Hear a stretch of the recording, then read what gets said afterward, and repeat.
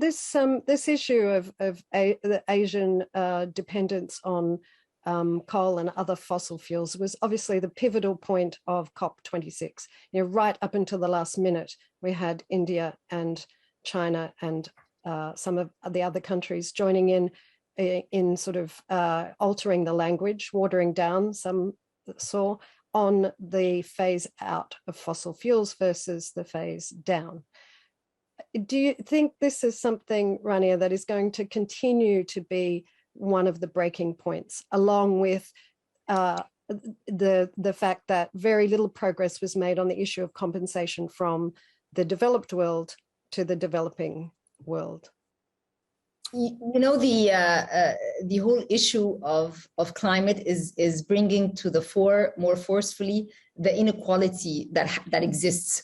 And this is something that needs, it's calculated, it's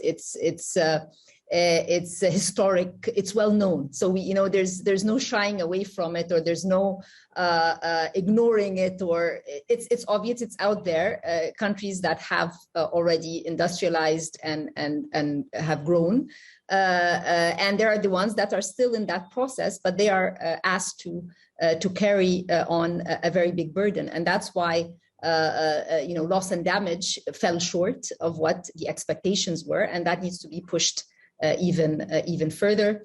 If we are talking about mitigation projects, for example, where the private sector can come in, and all these pledges also from the private sector, but they come in when a country is rated B and above. So how are you able to make use of all these commitments, which might be concessional? And that's why we need to bring in the multilateral development banks that have the capacity building that is required in many of the middle income or developing economies, and also to try and lower the risk, de-risk the finances, so that the countries can do the mitigation projects, which are going to actually fulfill some of these climate requirements. So,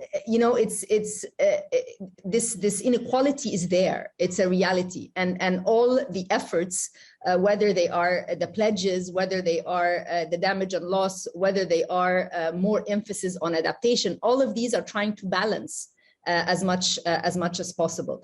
Of course, the tentative or the green shoot of the agreement between the U.S. and China, or the discussion, that is a step in the right direction. We have several months until the next meeting, so we expect there to be more engagement between both parties. These are very big players that really set the tone for what happens, and what they do really affects all other countries. It's a process, and that's why it's the all parties. It's the conference of all parties, not just one, but these parties have different weights on how they are affecting the climate, but also the expectations, and that's why. When we say, we need to think about showing on our side what we have done, how much we have been putting in. We were the first country to issue a green bond in the Middle East and Africa. We have, very clear targets when it comes to even the government projects, how much green they have to be over time.